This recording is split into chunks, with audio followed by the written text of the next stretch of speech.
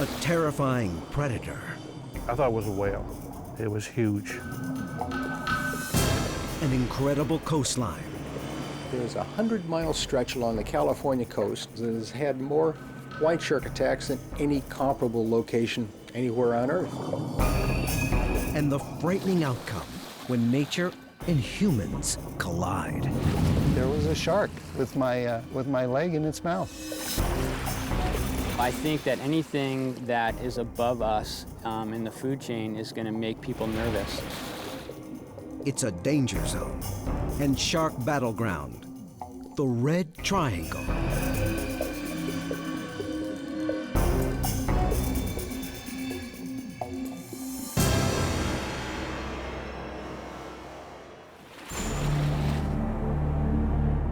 The great white shark. It can top out 2 tons in weight and 21 feet in length, with up to 3,000 serrated teeth in its lifetime. It's one of the planet's ultimate alpha predators, prowling the oceans around the world, from South Africa to the Mediterranean to Australia. But there's one relatively small location in the United States that takes credit for over half of all the documented white shark attacks on humans. Why do they attack, and why here? The answers lie in this place of beauty and fear, a place known as the Red Triangle.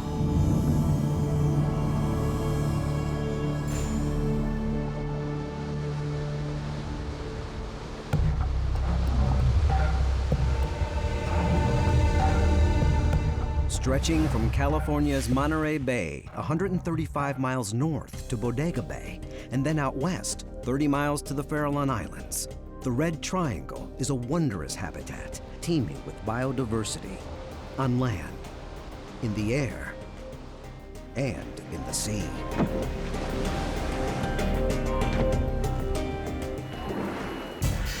This spectacular coastline also attracts humans in pursuit of recreational sports. Over the last 10 years, 3 out of 4 great white attack victims in California have been surfers. If you're surfing in the Red Triangle, beware. The search for the perfect wave can lead to a face-off with the perfect predator. October 19th, 2005. 20-year-old Megan Halavais and her boyfriend Johnny hit the beach at Salmon Creek, near the small fishing village of Bodega Bay. On that day, the weather is calm, the water glassy, and the waves cresting at 10 feet. We just hiked down the beach because we saw 3 of our friends that were out in the water down there. It looked really good, better than anywhere else. They paddle out 200 yards to join a pack of surfers. But Megan decides to paddle out another 20 feet.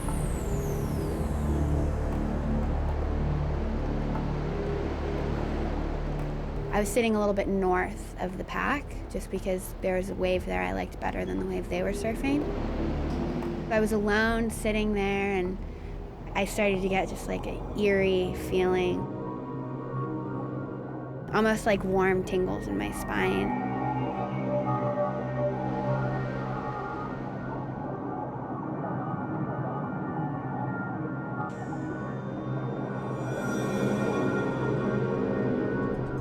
Right as I took one stroke in the water, this shark just came out of the water, hit me.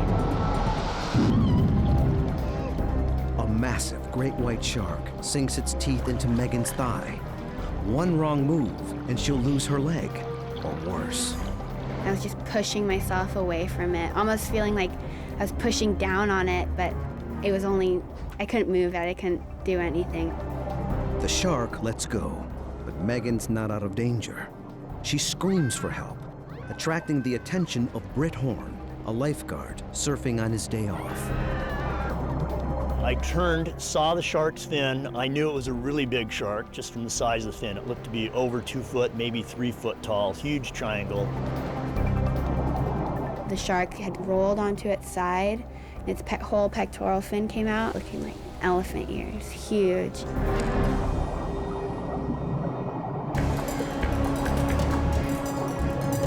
Despite their fears, Britt, Megan's boyfriend Johnny, and other nearby surfers thrashed through the waves to rescue Megan. As soon as I saw the shark hit Megan and started paddling that direction, I was afraid for myself and the other surfers. I had no idea whether it was going to hit me or any of the other guys in the water.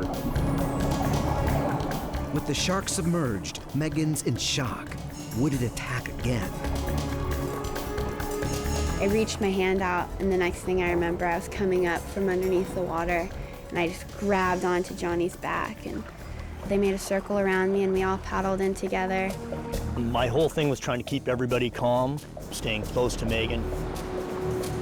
Back on shore, Megan discovers the severity of the injuries to her leg. I tried to put my feet down, and my whole leg just gave out, and before I could fall, they just like grabbed me and pulled me up the beach. At that point, my main concern was just keeping Megan's level of consciousness up and alert and not letting her start to spin down and go into shock.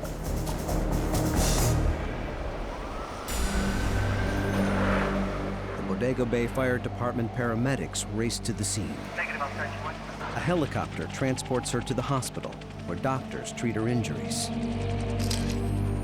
The shark bit deep into her right leg, from her calf to her upper thigh.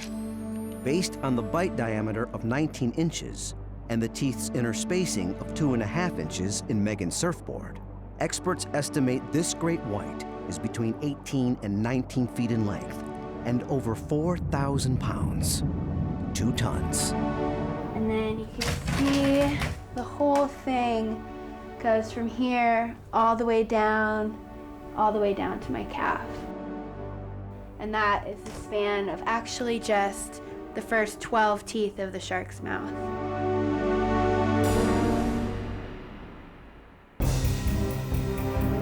The jaws of great whites are phenomenal. Their colossal mauls are lined with several rows of teeth. A great white can have up to 3,000 teeth in its lifetime. When it loses a tooth, another one moves forward. The upper teeth are serrated and sharp, perfect for slicing through flesh. The lower teeth are narrow and latch onto the prey, holding it in place. When we look closely at a white shark tooth, we can see that it's this beautiful dagger-shaped, serrated on both edges, and like an isosceles triangle. That is one of the unique things about a white shark tooth. That's how it's got its name, Carcharodon carcharias. Ragged tooth.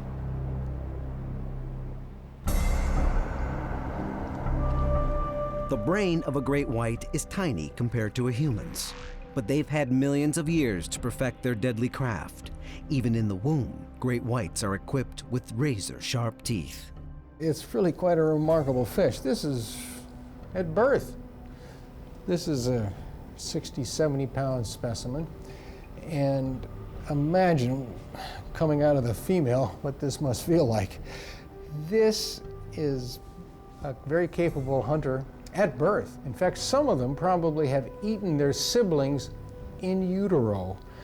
It's a strange behavior that this shark and other sharks have, whereby only the largest and most successful predatory juvenile will come out of the uterus. The way Megan was attacked resembles how white sharks attack elephant seals, typically with a lethal blow from behind and below. They attempt to immobilize their prey with a bite to their hindquarters and wait for it to bleed to death before returning to feed. Some scientists call this strategy bite and spit. It's looking up, looking for the silhouette of a seal or a sea lion, sees it, mugs it, bites it, spits it out, attempts to so severely immobilize it that it then can eat it at leisure. Now, if its victim is a seal or sea lion, its normal victim, it bites and spits and waits for it to exsanguinate, bleed to death, so then it can eat it at leisure without having its eyes gouged by the flipper nails of these pinniped seals and sea lions. The predator at the bottom sees very well the prey on top, particularly if there's backlighting. Not only that, he or she, the shark, has a long run to gain speed so that the impact of the attack is even greater. The attack technique catches the prey off guard. The seal, equipped with sharp teeth and flipper claws, will fight back, attempting to injure the shark in its most vulnerable spot. They don't risk injury to their eyes. A white shark that's had its eyes injured is out of business. It can no longer find its prey.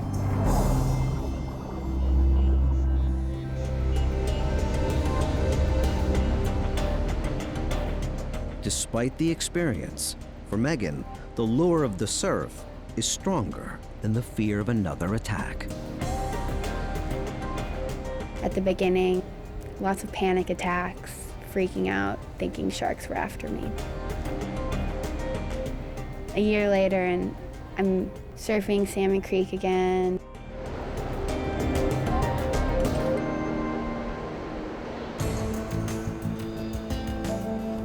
Megan has survived, but this attack raises many questions.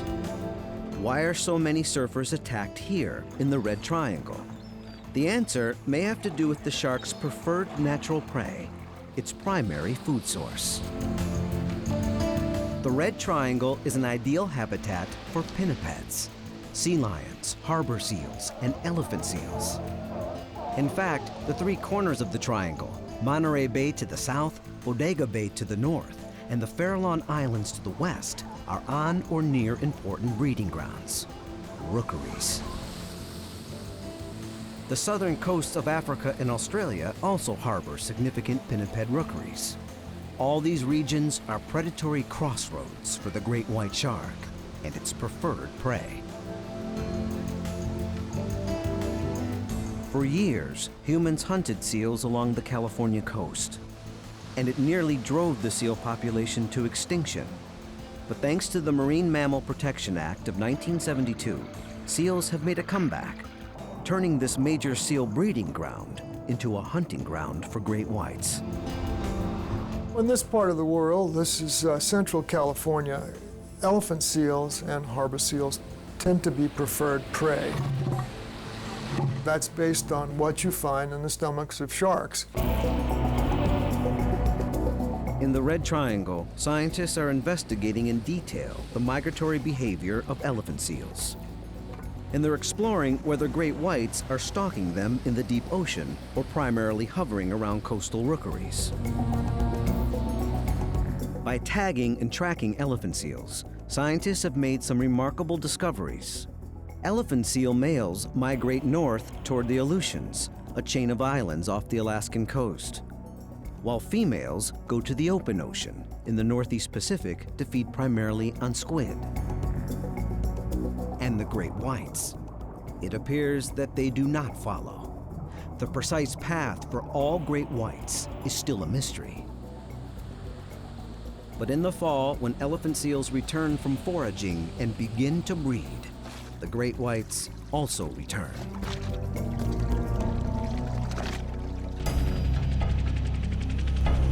In the Red Triangle, seal rookeries mark the most hazardous zones. But the entire region is unpredictable. Even areas that seem safe can suddenly erupt into deadly encounters. August 15th, 2004. Randall Fry and Clifford Zimmerman are diving for abalone at a cove north of the Red Triangle near Fort Bragg. For Clifford, it's the perfect day for diving. The ocean was flat, calm. It was a beautiful day. When we got up to this cove that we liked, the Keepacella Cove, we decided, well, it's such a beautiful afternoon, we'll jump in the water. Abalone diving can be a dangerous sport. In this region, divers free dive for abalone as far down as 50 feet deep. They don't use scuba tanks. The divers will stay down as long as they can hold their breath.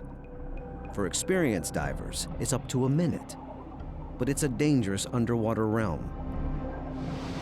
Some get knocked against the jagged rocks by waves.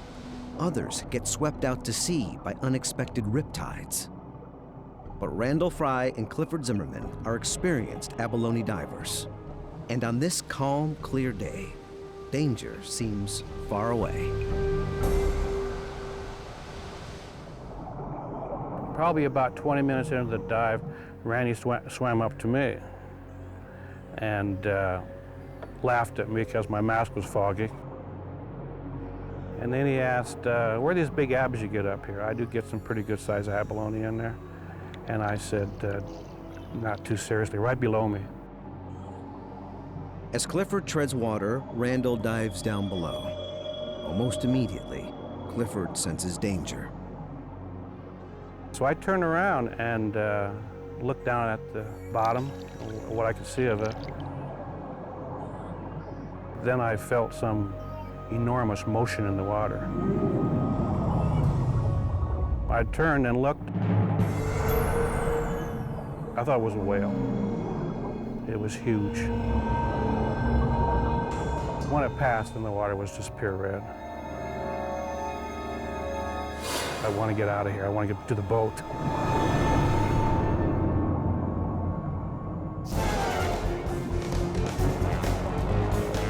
I was swimming to the boat. I was sure there was a real good opportunity that I'm going to get it too. That's what I was thinking. So when you get to the boat, you have this instant feeling of, well, we got over this hump. Clifford's safe, but Randall has yet to surface. I just couldn't believe what had transpired, and I looked out over the water, and it was just like nothing had happened. There was no more blood, just as calm as could be, like nothing had happened. I grabbed the radio, started doing a mayday. We'd had a shark attack. Respond code 3, possible shark attack. Mendocino Sheriff's deputies and the Coast Guard arrive on the scene, but they can't find Randall, and dusk is setting in. The next morning, the search resumes near Kibasilla Rock on the Mendocino coast, where rescuers spot something 15 feet below the surface. I was notified of the alleged shark bite. We got there about 8-something in the morning, 8, 9 o'clock, and the water was clear, it was calm, a perfect little cove to go diving in. We could see the person on the bottom very clearly. We were able to see the body about 15 to 20 feet down, and I anchored our boat up so then we could get a steady shot, and we threw a grapnel hook over and we were able to hook him onto his weight belt. The U.S. Coast Guard lifts Randall's body to the surface. Immediately, it's clear how the shark took his life. He was decapitated. As they were pulling it up, they noticed that the head was still attached to the suit. The dive hood was still attached, but once gravity got involved out of the water, the head fell back into the water. It was discovered that the shark bite was from about shoulder to shoulder, and later determined to be about a 1.5 foot a bite diameter. Most people survive shark attacks. Why was this attack lethal? And why did the shark attack here? Perhaps it was a case of mistaken identity. Some believe that sharks have poor eyesight, relying on other senses to detect their prey. It could be that this great white mistook Randall as a seal or sea lion. Scientists are discovering evidence that great whites have a highly developed sense of sight. These sharks have a rod and cone ratio of 4 to 1. Humans have a rod and cone ratio of 20 to 1. This means that while great whites have a less developed nocturnal vision, their ability to see color and detail is better than humans. With such highly developed eyesight, great whites are efficient and discerning visual predators. There has been some studies done on shape that have been done with decoys, and we have found that shapes that are closest to pinnipeds with that size, perhaps with something that might look like flippers coming off the back or off the sides, are more apt to actually get predated upon or investigated by the shark. So most likely sharks are visual predators, and they're looking for those shapes which are silhouetted at the surface. Randall's diving location near Fort Bragg and the mouth of the Noya River may provide an explanation for this attack and the high number of attacks in the Red Triangle. Throughout the region, there are numerous vital rivers flowing into the ocean. In the months leading up to the spawning season, these rivers attract salmon and steelhead trout. They in turn attract seals and sea lions, and ultimately great whites. These months, when the fish gather at the riverheads, July through October, overlap with the peak season for great white attacks. These areas are feeding hotspots for the alpha predator, the great white, and its prey. A familiar shape, a sudden movement, the wrong place at the wrong time. The cause will never be known. Unfortunately for Randall Fry, there was no way to escape. This was just a snap, bang. It wasn't food. It was just a mistake. But animal that size, when he makes a mistake, it's pretty hard on. It's pretty hard on the person that he made a mistake on.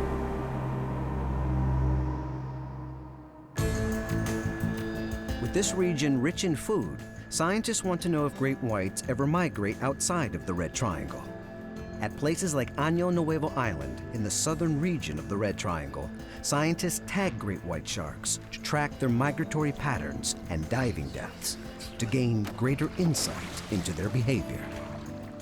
Archiving information internally, storing information in terms of global position, depth position in the water column, ambient water temperature, things like this. This high-tech tag releases itself from the shark after several months and floats to the surface, where it transmits stored data through satellite technology to laboratory computers, revealing the great white's every move, even outside of the Red Triangle.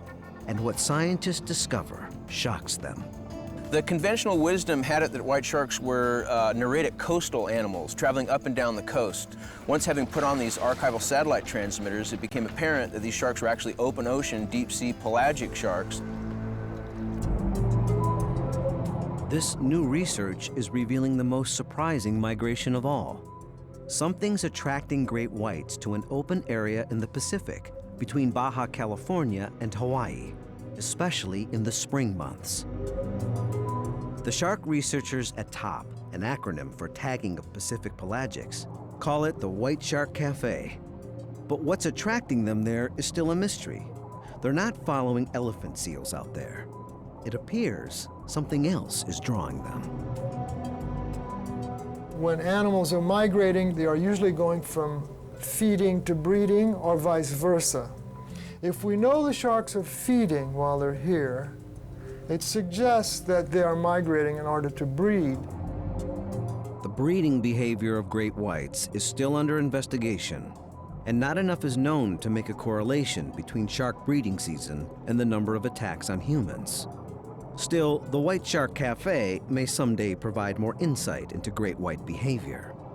For now, it does point out one important fact. Great whites may leave the Red Triangle, but they inevitably return.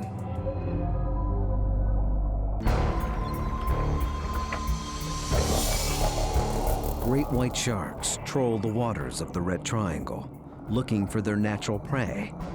How they stalk and ultimately attack reveals a rare look at a surprising great white behavior and why they might attack humans. Point Lobos, California, June 30th, 1995.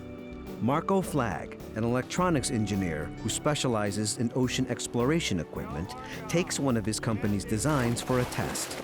It's called the Dive Tracker. The Dive Tracker is a brick-shaped instrument that combines both navigation functions for a diver as well as communication and dive computing functions.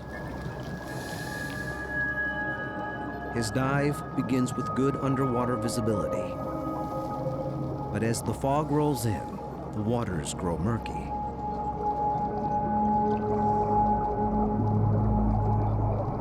I was on my way out, sort of slowly descending and going down at a slight angle. And I was now at a depth of maybe 40 feet. And I noticed something. And I looked to my right, and there I saw this huge tail fin, almost as tall as I am, and maybe 1/3 of the body of the animal. And that was such an unexpected sight that first I thought, what is that? And I thought, is that a giant tuna? No, you know, and then I said, oh wow, that's a great white shark. And it was just kind of going past, very quiet, you know, not a sound, and just disappearing. And I thought to myself, and then I said, you know, I really should turn around and warn my buddies that there's a big shark in the area. I again noticed something, and I look to my left, and there I just see this huge circle of teeth. And the next thing I knew, it just clamped around me. The great white grips Marco by his torso. With a massive bite pressure, it could easily kill him. So I had a lot of pressure on my body, maybe 2-3 seconds, and then it was gone, you know. And now I felt a lot of pain here on my stomach and on my leg. Stunned by the attack, Marco has no idea how badly he's hurt. Anxiously, he scrambles back to the surface. Took the scuba gear off, got into the boat, and my scuba gear now drifted away, you know. So I just instinctively grabbed it because you don't want it to disappear, and so I grabbed it and fell back into the water. And I said, oh man, if it now comes back and gets me, that would have been my last stupid mistake.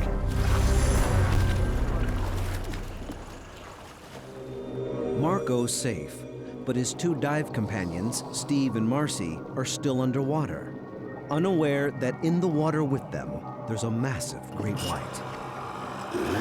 Marco revs the engine, the sign that something's wrong.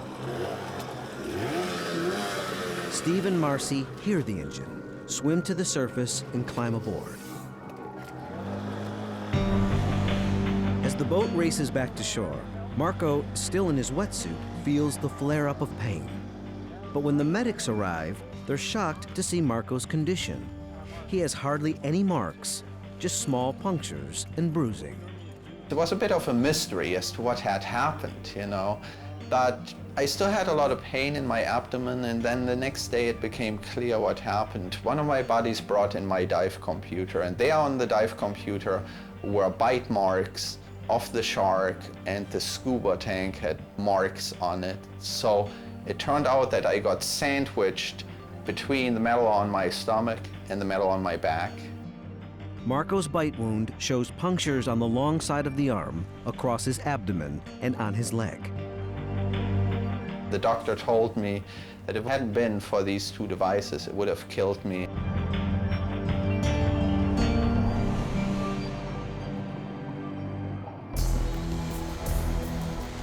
Why did the great white attack Marco, only to release him? It turns out that great whites are remarkably picky eaters, interested in only the most nutrition-rich foods. If there's not enough fat in the prey, then for the shark, it's not worth the energy it would take to kill and digest. The higher the fat content of the prey, when we speak of white sharks, the more energy the shark can obtain. That will provide the shark with a lot of future nutrition that it will need in order to carry out its metabolism and its daily functions. Many shark experts now believe that great whites are curious about humans. They may be testing us by tasting us to see how our fat content measures up to seals and other pinnipeds. Their mouths are lined with taste buds, and their sense of smell is aided by tiny organs called lamellae behind their nostrils. Some sharks are so sensitive that they can determine if there's a single drop of blood in 25 gallons of water. Although it's still a theory, some scientists believe that the shark's sense of taste is so highly developed, it can determine right away if its prey will provide the caloric energy it needs to survive. Humans are not a preferred prey of the white shark. We're not on his menu. We don't have what the white shark is interested in, which is a very thick, blubbery layer that's high in energy, Marco will never know if the great white was simply curious or tasting him as a possible food source.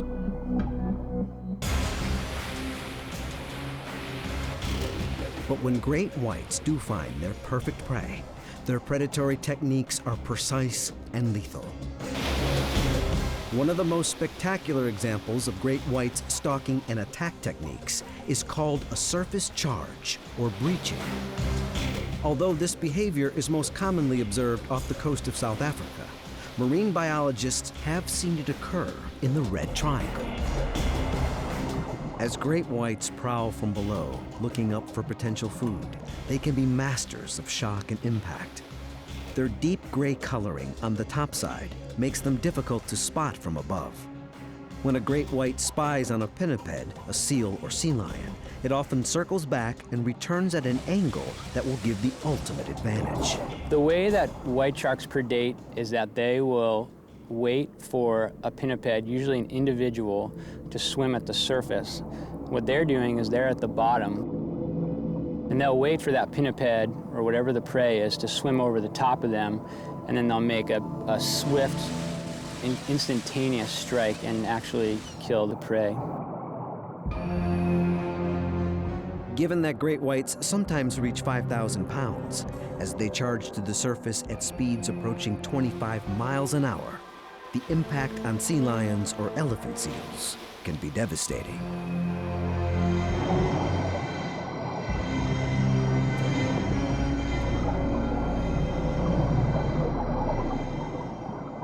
"30 miles west of the Golden Gate Bridge in the Red Triangle are the Farallon Islands. They offer one of the best locations to witness great white predatory behavior. Each year, far from human disturbances, as many as 5,000 seals and sea lions gather. And in September, October, and November, the great whites also come here. Between 35 and 40 of them. Wildlife biologist Adam Brown patrols this Red Triangle outpost, watching for predation events. An attack's a very exciting thing. What we usually see first is we see a flock of birds circling over the event. They usually cue in on the movement in the water. And then usually you see the blood or you see the slick from the actual prey. And then if you're lucky, you'll actually see the shark come up to the surface. The Red Triangle is like a lethal intersection where predator, prey, and humans collide. Those collisions also occur off South Australia and South Africa. But over the last 100 years, along South Australia's 3,150-mile coastline, including its islands, there have been only 41 attacks. Along South Africa's 1,739-mile coastline, there have been 49 attacks. But California, with only 840 miles of coastline, has had 70 attacks. That's one attack for every 12 miles of coastline. The explanation has to do with human population growth. Over the last 50 years, the number of Californians has exploded from 11 to 36 million. And with the proliferation of water sports like surfing, diving, and kayaking, there's more opportunity for humans to face off with the great white shark. There's more people in the water during the periods where most shark attacks take place, and that's basically the dynamic that accounts for that.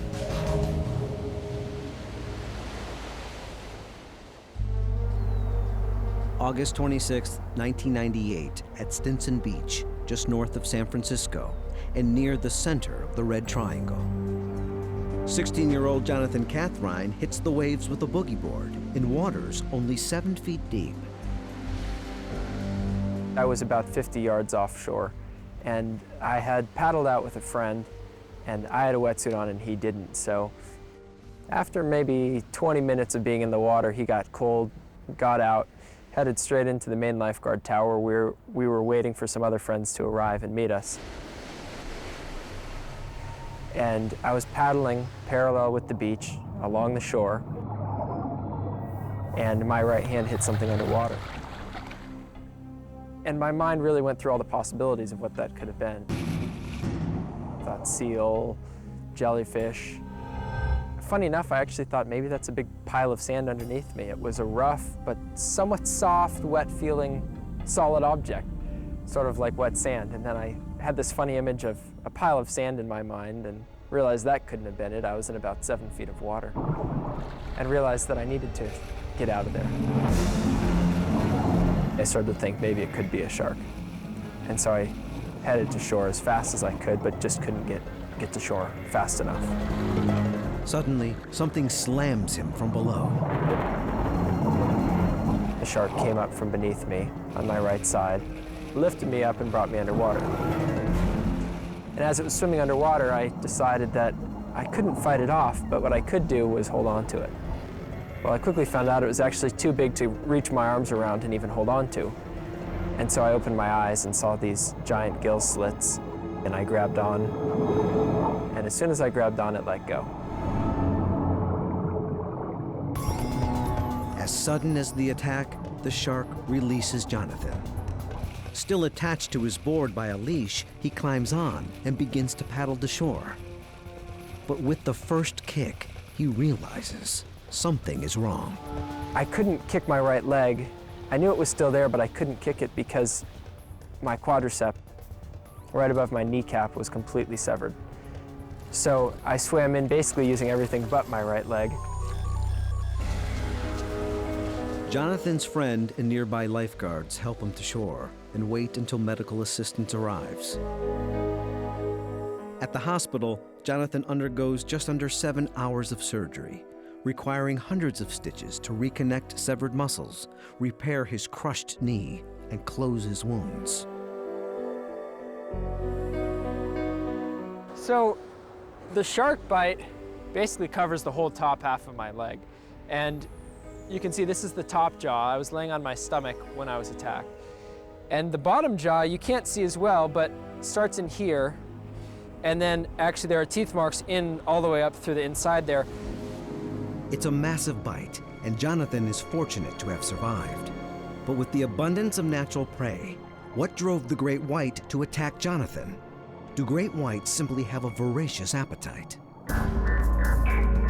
Surprisingly, despite their size, great whites are remarkably efficient at preserving energy. These amazing animals can survive months without eating, or swim more than 2,900 miles on one meal alone, typically a seal or a sea lion, heavy with fat. The sharks don't have to predate multiple times to expend energy. They can expend a little bit of energy to gain a lot. What's the secret behind their ability to conserve energy? Great whites are equipped with a sophisticated circulatory system that works like a radiator. It's capable of maintaining a great white's body temperature, up to 18 degrees higher than the surrounding water temperature. This allows them to move quickly and to capture pinnipeds in the cold waters of the North Pacific. In fact, humans use up to 5 times more energy sitting still than a great white does swimming through the cold ocean waters. So they don't have to eat the same amount of food that a hot-blooded animal would have to eat. But interestingly enough, white sharks and some of their close relatives are warm-bodied, not warm-blooded, but warm-bodied, and are able to elevate their body temperature through a very complex evolutionary mechanism. Instead of being driven by blind hunger, there might be another reason behind the shark's attack on Jonathan. And this explanation has more to do with where Jonathan was, in shallow water, close to where many ocean predators hunt. Killer whales in Patagonia with the seals up on the beaches swim up onto a sandbar, grab a resting seal, pull it back into the water, and carry it off. In the Red Triangle, a similar drama is acted out very close to shore, this time between great white sharks, seals, and other pinnipeds. During the breeding season, the shallow waters surrounding the seal colonies can turn into high-stakes danger zones. Particularly at risk are pups. When a female elephant seal nurses, she gives up to 40% of her body weight to the pups. At the age of 4 weeks, the pups are nearly 50% fat, perfect for the great white's diet. These pups are naive when it comes to predators. When they enter the waves for the first time, they could become the perfect prey. They are vulnerable. And as a result, The most dangerous period in the life of the seal is the first year, the first time at sea, when 50% of them that are weaned successfully by the mother go to sea and don't come back. This aspect of the red triangle embodies Darwinistic principles at their cruelest. If the seal pups can break through the shark's line of defense, they have the opportunity to grow and procreate. If not, the seal becomes prey, weeded out from the gene pool for good. The place where we're most likely to see predation of sharks on elephant seals is going to be in the vicinity of these rookeries. That's where the animal's constrained by the bottom, and that's where the shark can count on running into seals. When humans like Jonathan enter the shallow waters to surf or boogie board, they're entering this natural predatory environment. What's worse, the breaking waves create poor visibility underwater. Although great whites have good eyesight, the turmoil of the water and sand can cloud their vision. If a great white's not sure what you are, it might assume you're its natural prey and hit hard. The waves are breaking. This stirs up a lot of sand. The water's very turbid. It's cloudy. When a shark can see you clearly, he is less likely to bite you in a predatory attack than he is if he can't see you clearly.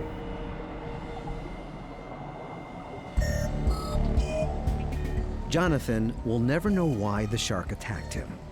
Yet this near encounter with death has taught him a valuable lesson about life. I've really tried to turn the shark attack into a positive experience. As difficult as it was at the time, it really taught me a lot about relationships, about my friendships.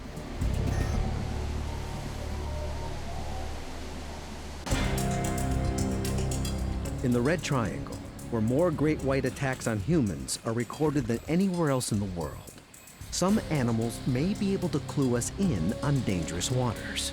Can we pick up on this critical warning?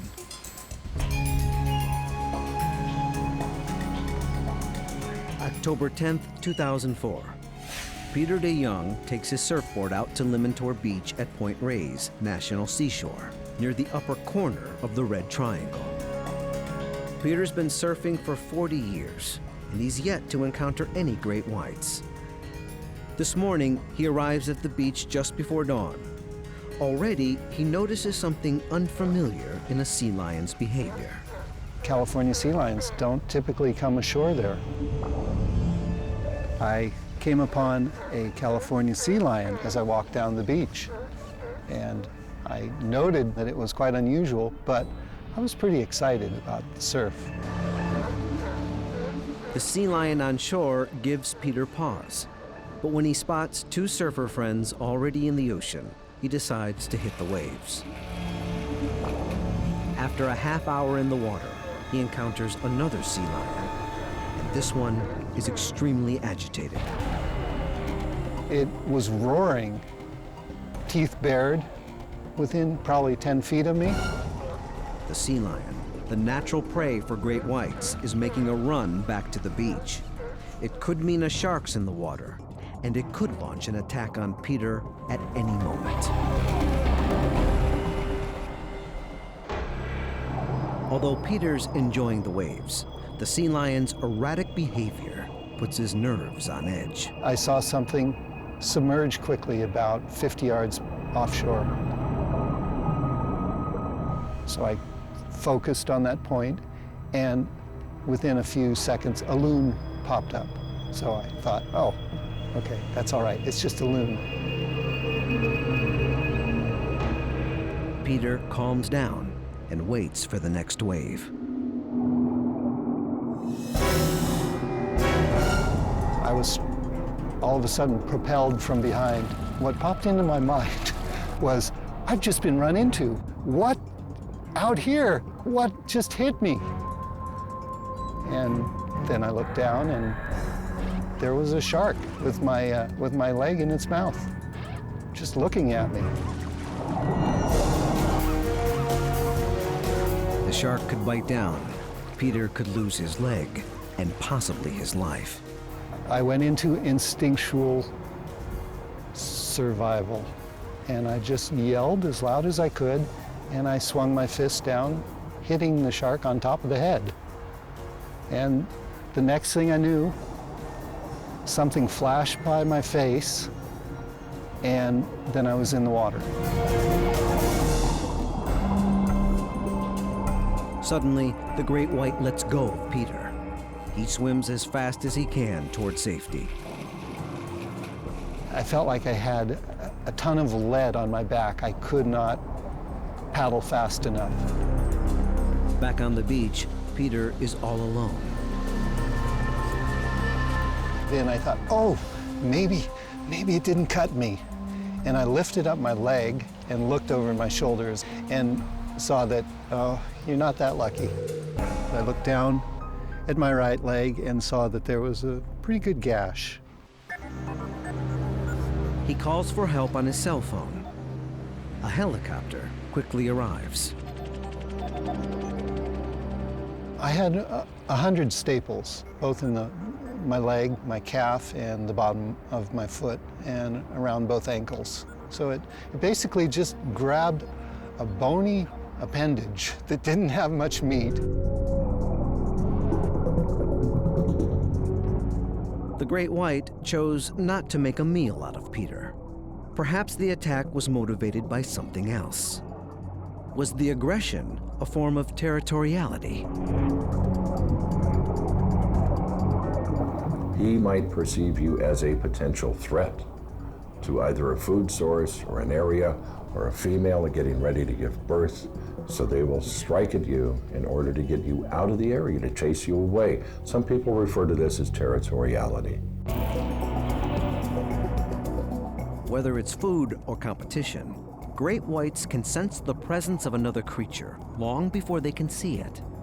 Around their snout, chin, and forehead, great whites have highly tuned sensory organs called ampullae of Lorenzini. This network of jelly-filled canals detects the slightest electrical activity, as little as a few billionths of a single volt. All living creatures send off electrical signals through activity in their nerve cells, and the great white's electrical receptors hone in on the pulse. This helps the shark find its target. Peter will never know whether the shark saw him as an intruder, a potential food source, or an object of curiosity. But he knows firsthand what it feels like to be stalked by one of the world's most stunning alpha predators. The majority of the attacks on humans by white sharks are not motivated by predation. In other words, they're not mistaken identity, they're investigation. The shark is not sure what it's observing, so it comes in and does the last thing that it will do when it examines an object, and that is to take a bite of it. They generally will bite a human, hold them for a few seconds, and release them.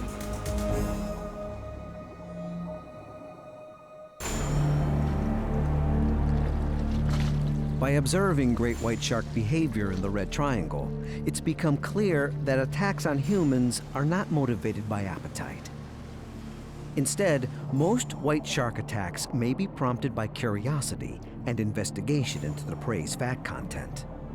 And the reason there are so many attacks here: a high pinniped population, the shark's natural prey, combined with a high human population that increasingly enjoys water sports. Most survive the encounters. Still, there are precautions people can take.